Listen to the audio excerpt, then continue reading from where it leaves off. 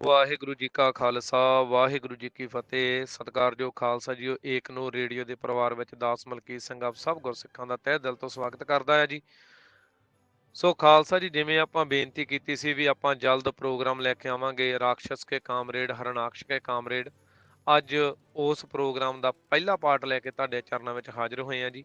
ਪਰ ਪ੍ਰੋਗਰਾਮ ਸ਼ੁਰੂ ਕਰਨ ਤੋਂ ਪਹਿਲਾਂ ਮੈਂ ਇੱਕ ਬੇਨਤੀ ਕਰਦੇ ਹਾਂ ਵੀ ਜੇ ਕੋਈ ਵੀ ਕਮਿਊਨਿਸਟ ਕਾਮਰੇਡ ਲਾਲ ਝੰਡੇ ਵਾਲਾ ਸਾਡੀ ਗੱਲ ਦਾ ਜਵਾਬ ਦੇਣਾ ਚਾਹੁੰਦਾ ਆ ਤੇ ਉਹਦਾ ਨਿੱਘੇ ਜਿਹੜਾ ਹੈਗਾ ਦਿਲ ਦੇ ਨਾਲ ਅਸੀਂ ਸਵਾਗਤ ਕਰਦੇ ਹਾਂ। ਪਰ ਸਾਡੀਆਂ ਗੱਲਾਂ ਨੂੰ ਸਬੂਤਾਂ ਦੇ ਆਧਾਰ ਤੇ, ਕਿਉਂਕਿ ਅਸੀਂ ਸਬੂਤਾਂ ਦੇ ਆਧਾਰ ਤੇ ਗੱਲ ਕਰਦੇ ਹਾਂ, ਸਬੂਤਾਂ ਦੇ ਤੱਥਾਂ ਦੇ ਆਧਾਰ ਤੇ ਸਾਡੀ ਗੱਲ ਨੂੰ ਝੂਠੀ ਸਾਬਤ ਕਰ ਦੇਵੇ। ਤੇ ਜਿਹੜੀ ਆਮ ਸੰਗਤ ਆ ਉਹਨੂੰ ਸਾਡੀ ਹੱਥ ਜੋੜ ਕੇ ਬੇਨਤੀ ਆ ਵੀ ਭਾਈ ਆਪ ਪੜ੍ਹਨਾ ਸ਼ੁਰੂ ਕਰੋ, ਆਪ ਵਿਚਾਰੋ। ਜਦੋਂ ਆਪ ਪੜ੍ਹੋਗੇ ਵਿਚਾਰੋਗੇ ਤੇ ਤੁਹਾਨੂੰ ਨਵੇਂ-ਨਵੇਂ ਤੱਥ ਤੁਹਾਡੇ ਸਾਹਮਣੇ ਆਉਣਗੇ। ਸੋ ਆਓ ਆਪਾਂ ਪ੍ਰੋਗਰਾਮ ਨੂੰ ਸ਼ੁਰੂ ਕਰਦੇ ਹਾਂ ਜੀ। ਤੇ ਆਪਾਂ ਇਹ ਜਾਣਨਾ ਕਰਦੇ ਹਾਂ ਵੀ ਸਾਨੂੰ ਹਰਨਾਕਸ਼ ਕੇ ਕਾਮਰੇਡ ਪ੍ਰੋਗਰਾਮ ਕਿਉਂ ਰੱਖਣਾ ਪਿਆ, ਕੀ ਸਮਾਨਤਾ ਆ ਹਰਨਾਕਸ਼ ਦੇ ਵਿੱਚ ਤੇ ਕਾਮਰੇਡਾਂ ਦੇ ਵਿੱਚ। ਤੇ ਉਹਦੇ ਵਿੱਚ ਖਾਲਸਾ ਜੀ ਆਪਾਂ ਸਾਰੇ ਜਾਣਦੇ ਹਾਂ, ਆਪਾਂ ਸਾਰਿਆਂ ਨੇ ਪੜ੍ਹਨਾ ਕੀਤਾ ਹੈ ਵੀ ਹਰਨਾਕਸ਼ ਰੱਬ ਦੀ ਹੋਂਦ ਤੋਂ ਮੁਨਕਰ ਆ, ਕਹਿੰਦਾ ਰੱਬ ਦਾ ਕੋਈ ਵਜੂਦ ਨਹੀਂ ਹੈਗਾ। ਉਸੇ ਸੇਮ ਤਰੀਕੇ ਦੇ ਨਾਲ ਇਹ ਜਿਹੜੇ ਕਾਮਰੇਡ ਨੇ, ਜਿਹੜੇ ਕਮਿਊਨਿਸਟ ਨੇ, ਇਹ ਕਹਿ ਰਹੇ ਨੇ ਵੀ ਜਿਹੜਾ ਪਰਮਾਤਮਾ ਹੈ ਉਹਦੀ ਕੋਈ ਹੋਂਦ ਨਹੀਂ ਆ, ਇਹ ਪਰਮਾਤਮਾ ਦੀ ਹੋਂਦ ਤੋਂ ਹੀ ਮੁਨਕਰ ਨੇ। ਤੇ ਜਿਵੇਂ ਹਰਨਾਕਸ਼ ਜਿਹੜਾ ਆ ਉਹ ਹੰਕਾਰ ਵਸ ਹੋ ਕੇ ਤੇ ਧਾਰਮਿਕ ਅਸਥਾਨਾਂ ਨੂੰ ਤੋੜ ਰਿਹਾ ਆ, ਨਸਤਾ ਨਬੂਦ ਕਰ ਰਿਹਾ ਆ, ਇਹ ਕਾਮਰੇਡ ਜਿਹੜੇ ਨੇ ਲਾਲ ਝੰਡੇ ਵਾਲੇ ਜਿਹੜੇ ਨੇ ਧਾਰਮਿਕ ਅਸਥਾਨਾਂ ਨੂੰ ਤੋੜਨ ਦੇ ਮਾਮਲੇ ਵਿੱਚ ਹਰਨਾਕਸ਼ ਨੂੰ ਵੀ ਪਿੱਛੇ ਛੱਡ ਗਏ।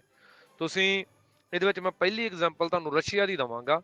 ਤੁਸੀਂ ਰਸ਼ੀਆ ਦੇ ਵਿੱਚ ਇੱਕ ਵਾਰੀ ਜ਼ਰੂਰ ਉੱਥੋਂ ਨੂੰ ਪੜ੍ਹਨਾ ਕਰਿਓ ਇਤਿਹਾਸ ਨੂੰ ਵੀ ਇਹਨਾਂ ਨੇ ਕਿਸ ਤਰੀਕੇ ਦੇ ਨਾਲ ਉੱਥੇ ਧਾਰਮਿਕ ਅਸਥਾਨਾਂ ਨੂੰ ਤੋੜਿਆ, ਲੁੱਟਿਆ, ਕਿਵੇਂ ਨਿਸਤਾ ਨਬੂਦ ਕੀਤਾ ਆ। ਇਹ ਤੁਸੀਂ ਉੱਥੇ ਦਾ ਇਤਿਹਾਸ ਪੜ੍ਹ ਕੇ ਜਾਣ ਸਕਦੇ ਹੋ।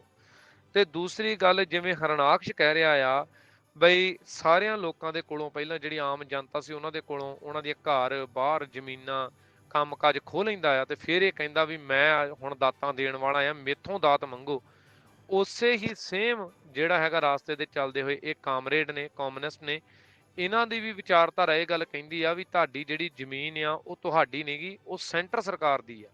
ਤੇ ਤੁਹਾਡਾ ਜਿਹੜਾ ਹੋਰ ਕਿਸੇ ਦੀ ਕੋਈ ਦੁਕਾਨ ਆ, ਕਿਸੇ ਦੀ ਕੋਈ ਫੈਕਟਰੀ ਆ, ਉਹ ਵੀ ਸੈਂਟਰ ਦੇ ਅਧੀਨ ਰਹੇਗੀ, ਸੈਂਟਰ ਸਰਕਾਰ ਦੇ ਅਧੀਨ ਰਹੇਗੀ। ਤੁਹਾਡਾ ਆਪਣਾ ਜਿਹੜਾ ਵਜੂਦ ਆ ਉਹ ਕੋਈ ਨਹੀਂ ਹੈਗਾ, ਤੁਸੀਂ ਸਿਰਫ ਉੱਥੇ ਲੇਬਰ ਦੇ ਤੌਰ ਤੇ ਲੇਬਰ ਕਰੋਗੇ। ਤੇ ਉਹਦੇ ਵਿੱਚ ਜਿਹੜਾ ਹੈਗਾ ਆ ਫਿਰ ਤੁਹਾਨੂੰ ਕੁਝ ਵੀ ਮੰਗਣਾ ਆ ਤੇ ਤੁਸੀਂ ਸੈਂਟਰ ਦੇ ਮੰਗਤੇ ਰਹਿ ਗਏ। ਜਿੱਦਾਂ ਹਰਨਾਕਸ਼ ਨੇ ਆਪਦੇ ਮੰਗਤੇ ਬਣਾ ਲਿਆ, ਇਹ ਸੈਂਟਰ ਦੇ ਵਿੱਚ ਇਹਨਾਂ ਦੀਆਂ ਸਰਕਾਰਾਂ ਜਿੱਥੇ ਨੇ, ਇਹਨਾਂ ਨੇ ਉੱਥੇ ਸੈਂਟਰ ਸਰਕਾਰ ਦੇ ਵਿੱਚ ਤੁਹਾਨੂੰ ਆਪਣੇ ਮੰਗਤੇ ਰੱਖ ਲਿਆ ਕਿ ਤੁਸੀਂ ਮੰਗੋ ਤੇ ਅਸੀਂ ਦਾਤ ਦੇਵਾਂਗੇ। ਤੇ ਤੁਹਾਡੀ ਆਪਣੀ ਮਲਕੀਅਤ ਜਿਹੜੀ ਆ ਬਿਲਕੁਲ ਇਹਨਾਂ ਨੇ ਜਿਹੜੀ ਉਹ ਸਾਫ਼ ਕਰ ਦਿੱਤੀ।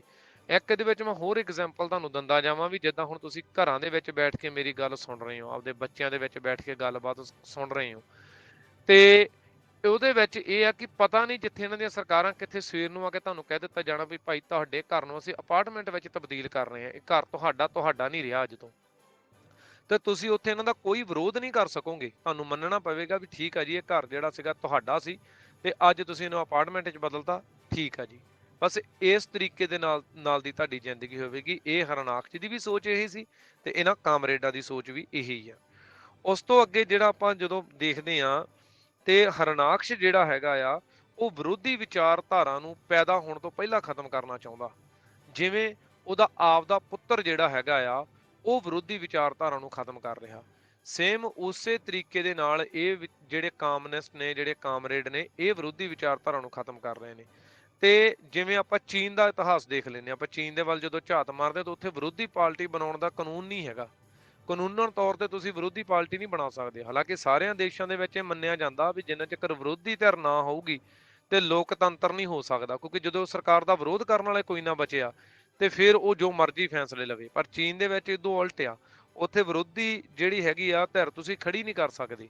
ਜੇ ਕਿਸੇ ਨੇ ਇਹਨਾਂ ਦੇ ਵੀ ਮੈਂਬਰ ਬਣਨਾ ਹੈ, ਇਹਨਾਂ ਦੀ ਪਾਰਟੀ ਦੇ ਮੈਂਬਰ ਬਣਨਾ ਆ, ਤੇ ਉੱਥੇ ਵੀ ਤੁਹਾਨੂੰ ਜਿਹੜਾ ਹੈਗਾ ਆ ਪਹਿਲੋਂ ਰੱਬ ਦੀ ਹੋਂਦ ਤੋਂ ਮੁਨਕਰ ਹੋਣਾ ਪਵੇਗਾ, ਫਿਰ ਤੁਹਾਨੂੰ ਆਪਣੀਆਂ ਜ਼ਮੀਨ ਜਾਇਦਾਦਾਂ ਘਰ-ਬਾਰ ਸਭ ਕੁਝ ਤੋਂ ਮੁਨਕਰ ਹੋਣਾ ਪਵੇਗਾ, ਫਿਰ ਤੁਸੀਂ ਇਹਨਾਂ ਦੀ ਪਾਰਟੀ ਦਾ ਮੈਂਬਰ ਬਣ ਸਕਦੇ ਹੋ। ਤੇ ਜਿਹੜੇ ਇਹਨਾਂ ਦੀ ਪਾਰਟੀ ਦੇ ਮੈਂਬਰ ਨੇ ਸਰਕਾਰ ਉਹ ਚੁਣਦੇ ਨੇ, ਨਾ ਕਿ ਆਮ ਜਨਤਾ।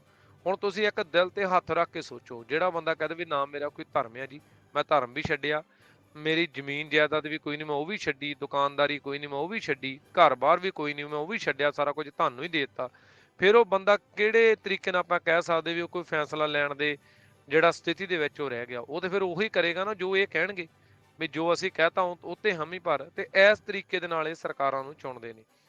ਇਹਦੇ ਵਿੱਚ ਮੈਂ ਇੱਕ ਹੋਰ ਵੀ ਤੁਹਾਡੇ ਨਾਲ ਗੱਲ ਸਾਂਝੀ ਕਰਦੇ ਹਾਂ ਵੀ ਜਿਵੇਂ ਹਰਨਾਕਸ਼ ਜਿਹੜਾ ਆ ਉਹ ਵਿਰੋਧੀ ਵਿਚਾਰਧਾਰਾ ਨੂੰ ਵਿਚਾਰ ਦੇ ਨਾਲ ਨਹੀਂ ਖਤਮ ਕਰਨਾ ਚਾਹ ਰਿਹਾ। ਉਹ ਇਹ ਨਹੀਂ ਕਹਿ ਰਿਹਾ ਮੈਂ ਵਿਚਾਰ ਕਰਕੇ ਉਹਨੂੰ ਵਿਰੋਧੀ ਵਿਚਾਰਧਾਰਾ ਨੂੰ ਖਤਮ ਕਰਨਾ, ਨਹੀਂ, ਉਹ ਕਹਿੰਦਾ ਕਤਲੇਆਮ ਕਰਕੇ ਮੈਂ ਇਹਨੂੰ ਖਤਮ ਕਰ ਦੇਣਾ।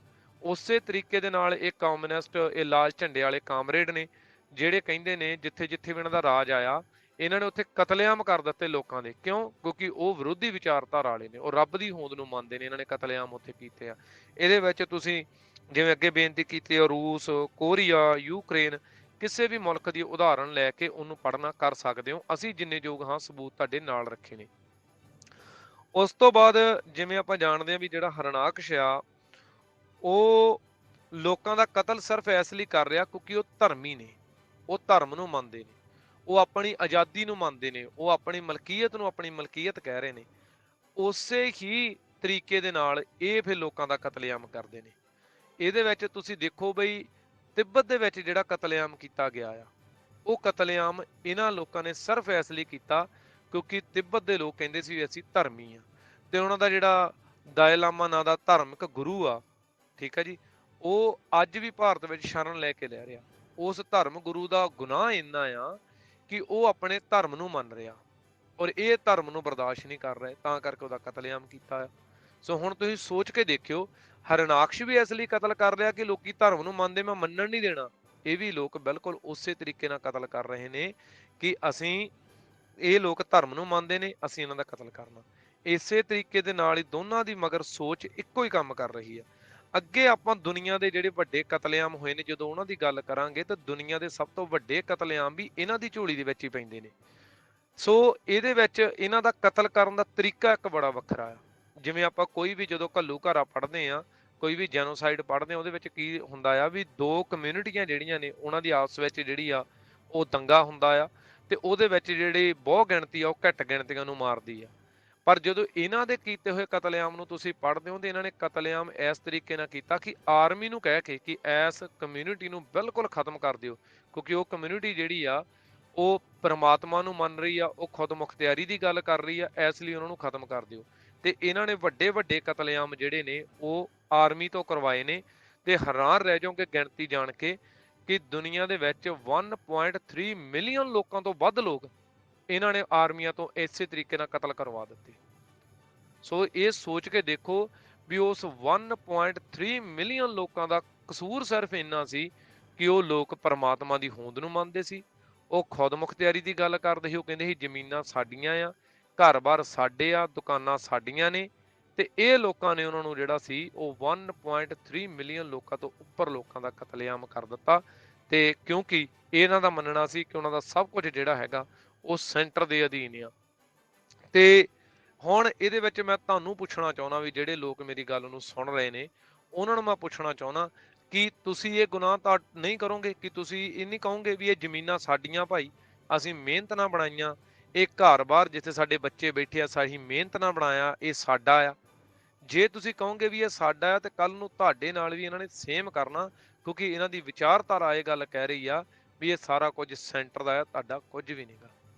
ਸੋ ਦੁਨੀਆ ਦੇ 1.3 ਮਿਲੀਅਨ ਲੋਕ ਜਿਹੜੇ ਨੇ ਉਹ ਇਸ ਖੁਦ ਮੁਖਤਿਆਰੀ ਦੀ ਗੱਲ ਦੀ ਸਜ਼ਾ ਨੂੰ ਝੱਲ ਚੁੱਕੇ ਨੇ।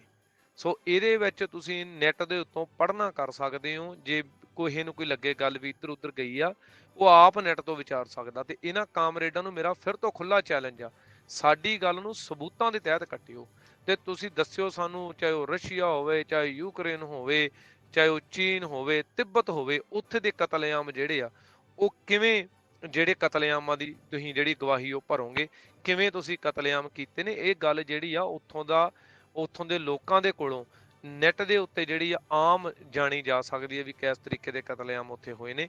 ਸੱਚ ਜਿਹੜਾ ਹੁੰਦਾ ਉਹਨੂੰ ਬਹੁਤਿਆਂ ਲੱਲਿਆਂ ਭੱਬਿਆਂ ਦੀ ਲੋੜ ਨਹੀਂ ਪੈਂਦੀ। ਸੱਚ ਸੂਰਜ ਦੀ ਨਿਆਈ ਜਿਹੜਾ ਉੱਪਰੋਂ ਚਮਕਾਰੇ ਮਾਰਦਾ ਹੈ, ਤੇ ਜਿਹੜਾ ਝੂਠ ਦਾ ਹਨੇਰਾ ਆ ਉਹਨੂੰ ਭੱਜਣਾ ਹੀ ਪੈਂਦਾ ਆ। ਤੁਸੀਂ ਕੁਝ ਦੇਰ ਤਾਂ ਜ਼ਰੂਰ ਮਿੱਠੀਆਂ ਮਿੱਠੀਆਂ ਮਾਰ ਕੇ ਲੋਕਾਂ ਨੂੰ ਗੁੰਮਰਾਹ ਕਰ ਸਕਦੇ ਹੋ। ਜਿਹੜਾ ਤੁਹਾਡਾ ਲਾਲ ਰੰਗ ਦਾ ਝੰਡਾ ਆ, ਜਿਹੜਾ ਕਿ 1.3 ਮਿਲੀਅਨ ਲੋਕਾਂ ਤੋਂ ਉੱਤੇ ਲੋਕਾਂ ਦੇ ਖੂਨ ਦੇ ਨਾਲ ਲੱਥਪੱਥ ਹੋ ਕੇ ਲਾਲ ਹੋਇਆ ਆ, ਇਹਨੂੰ ਤੁਸੀਂ ਕੁਝ ਦੇਰ ਲਈ ਤੇ ਜ਼ਰੂਰ ਕਹਿ ਸਕਦੇ ਹੋ ਤੁਹਾਡੀਆਂ ਹੱਕਾਂ ਦੀ ਰਾਖੀ ਲਈ ਝੁਲਾਇਆ ਜਾ ਰਿਹਾ। ਪਰ ਅਖੀਰ ਜਦੋਂ ਤੁਸੀਂ ਉਹਨਾਂ ਦੇਸ਼ਾਂ ਦਾ ਇਤਿਹਾਸ ਪੜ੍ਹੋਗੇ ਜਦੋਂ ਤੁਸੀਂ ਨੈੱਟ ਦੇ ਉੱਤੋਂ ਕੱਢ ਕੇ ਉਹਨਾਂ ਨੂੰ ਜਾਣਨਾ ਕਰੋਗੇ, ਤੇ ਫਿਰ ਤੁਹਾਨੂੰ ਸਮਝ ਪਵੇਗੀ ਕਿ ਨਹੀਂ ਭਾਈ, ਇਹ ਹੱਕਾਂ ਵਾਲਾ ਲਾਲ ਰੰਗ ਨਹੀਂ ਹੈਗਾ। ਇਹ ਲਾਲ ਰੰਗ ਜਿਹੜਾ ਆ 1.3 ਮਿਲੀਅਨ ਲੋਕਾਂ ਤੋਂ ਉੱਪਰ ਲੋਕਾਂ ਦੇ ਖੂਨ ਦੇ ਨਾਲ ਰੰਗਿਆ ਹੋਇਆ ਝੰਡਾ ਆ। ਸੋ ਹੁਣ ਤੁਸੀਂ ਇਹਨਾਂ ਦੀ ਸਿਰਫ ਅੰਧ ਭਗਤ ਬਣ ਕੇ, ਜਿਵੇਂ ਕੁਝ ਮੋਦੀ ਦੇ ਬਣੇ ਹੋਏ ਨੇ, ਤੇ ਇਹਨਾਂ ਦੇ ਬਣ ਕੇ ਪਿੱਛੇ ਪਿੱਛੇ ਤੁਰਨਾ ਆ, ਜਾਂ ਫਿਰ ਸੱਚ ਦੀ ਖੋਜ ਆਪ ਕਰਨੀ ਆ, ਇਹ ਮੈਂ ਸੰਗਤ ਤੇ ਛੱਡਦਾ। ਔਰ ਹਰ ਵੀਰ ਭੈਣ ਭਰਾ ਨੂੰ ਇਹ ਬੇਨਤੀ ਕਰਦਾ ਵੀ ਆਪ ਪੜ੍ਹਨਾ ਸ਼ੁਰੂ ਕਰੋ। ਜੇ ਪੜ੍ਹਿਓ ਬਗੈਰ ਅੱਜ ਤੁਸੀਂ ਹੱਥਾਂ ਨਾਲ ਕੁਝ ਗੰਢਾਂ ਦੇ ਦਿੱਤੀਆਂ, ਇਹ ਤੁਹਾਡੇ ਬੱਚਿਆਂ ਤੋਂ ਮੂੰਹਾਂ ਨਾਲ ਨਹੀਂ ਖੋਲੀਆਂ ਜਾਣੀਆਂ। ਇਹ ਗੱਲ ਯਾਦ ਰੱਖਿਓ ਮੇਰੀ। ਤੇ ਜੇ ਅੱਜ ਸੱਚਾਈ ਨੂੰ ਜਾਣਨਾ ਕਰੋਗੇ, ਤੇ ਫਿਰ ਜਿਹੜਾ ਹੈਗਾ ਕੋਈ ਵੀ ਫੈਸਲਾ ਲਵੋਗੇ ਸੋਚ ਸਮਝ ਕੇ ਲਵੋਗੇ। ਫਿਰ ਇਹ ਨਹੀਂ ਹੋਵੇਗਾ ਕਿ ਅੱਖਾਂ ਬੰਦ ਕਰਕੇ ਫੈਸਲੇ ਤੁਸੀਂ ਲਏ ਤੇ ਸਜ਼ਾ ਤੁਹਾਡੇ ਬੱਚਿਆਂ ਨੇ ਝੱਲੀ। ਤੇ ਜੇ ਕੋਈ ਕਮਿਊਨਿਸਟ ਕੋ ਮੇਰੀਆਂ ਗੱਲਾਂ ਦੇ ਜਵਾਬ ਹੈਗੇ ਆ, ਉਹਨੂੰ ਖੁੱਲਾ ਸੱਦਾ ਆ ਵੀ ਭਾਈ, ਜਿਵੇਂ ਸਬੂਤਾਂ ਦੇ ਤਹਿਤ ਅਸੀਂ ਗੱਲ ਕੀਤੀ ਆ, ਉਵੇਂ ਸਬੂਤਾਂ ਦੇ ਤਹਿਤ ਤੂੰ ਗੱਲ ਕਰਕੇ ਸਾਡੀ ਗੱਲ ਨੂੰ ਕੱਟ ਦੇ। ਤੇ ਅਗਲਾ ਪ੍ਰੋਗਰਾਮ ਜਿਹੜਾ ਆਪਾਂ ਕਰਾਂਗੇ, ਉਹ ਇਹਨਾਂ ਕਾਮਰੇਡਾਂ ਦੇ ਮੁੱਢਲੇ ਸਿਧਾਂਤ ਕੀ ਕਹਿ ਰਹੇ ਨੇ, ਉਹਨਾਂ ਕੱਲੇ-ਕੱਲੇ ਸਿਧਾਂਤ ਦੀ ਇੰਗਲਿਸ਼ ਤੇ ਪੰਜਾਬੀ 'ਚ ਤਰਜਮਾਨੀ ਕਰਕੇ ਤੁਹਾਡਿਆਂ ਚਰਨਾਂ ਦੇ ਵਿੱਚ ਰੱਖਾਂਗੇ। ਫਿਰ ਤੁਸੀਂ ਫੈਸਲਾ ਖੁਦ ਕਰਿਓ ਵੀ ਉਹ ਜਿਹੜੇ ਇਹਨਾਂ ਦੇ ਸਿਧਾਂਤ ਨੇ, ਕੀ ਉਹ ਤੁਹਾਨੂੰ ਬਚਾਉਣ ਲਈ ਨੇ, ਤੇ ਜਾਂ ਫਿਰ ਤੁਹਾਡਾ ਖੂਨ ਚੂਸਣ ਲਈ ਨੇ। ਕੀ ਉਹ ਜਿਹੜੇ ਨੇ ਉਹ ਇੱਕ ਵਧੀਆ ਰਾਜ ਦੀ ਗੱਲ ਕਰਦੇ ਨੇ, ਜਾਂ ਫਿਰ ਉਹ ਹਰਨਾਕਸ਼ ਵਾਲਾ ਕੰਮ ਆ। ਤੇ ਫਿਰ ਤੁਸੀਂ ਜਦੋਂ ਉਹਨਾਂ ਨੂੰ ਸਮਝ ਲਓਗੇ, ਪੜ੍ਹ ਲਓਗੇ, ਤੇ ਮੇਰਾ ਵਾਅਦਾ ਆ ਤੁਹਾਡੇ ਨਾਲ ਵੀ ਤੁਸੀਂ ਆਪ ਕਹੋਗੇ ਵੀ ਇਹ ਹਰਨਾਕਸ਼ ਨੂੰ ਵਾਪਸ ਲਿਆਉਣਾ ਚਾਹੁੰਦੇ ਨੇ ਇਹਨਾਂ ਵਿੱਚ, ਤੇ ਹਰਨਾਕਸ਼ ਦੀ ਸੋਚ ਦੇ ਵਿੱਚ ਕੋਈ ਫਰਕ ਨਹੀਂ ਹੈਗਾ। ਜੇ ਫਰਕ ਹੈ ਤੇ ਜਿੱਥੇ ਮਿਲਦੇ ਨੇ ਇਹਨਾਂ ਨੂੰ ਕਿਉਂ ਵੀ ਏਕ ਨੂਰ ਦੇ ਦਿੱਤੇ ਸਬੂਤਾਂ ਨੂੰ ਸਬੂਤਾਂ ਦੇ ਤਹਿਤ ਕੱਟ ਕੇ ਉਹਨਾਂ ਨੂੰ ਝੂਠਿਆ ਸਾਬਤ ਕਰੋ। ਵਾਹਿਗੁਰੂ ਜੀ ਕਾ ਖਾਲਸਾ, ਵਾਹਿਗੁਰੂ ਜੀ ਕੀ ਫਤਿਹ।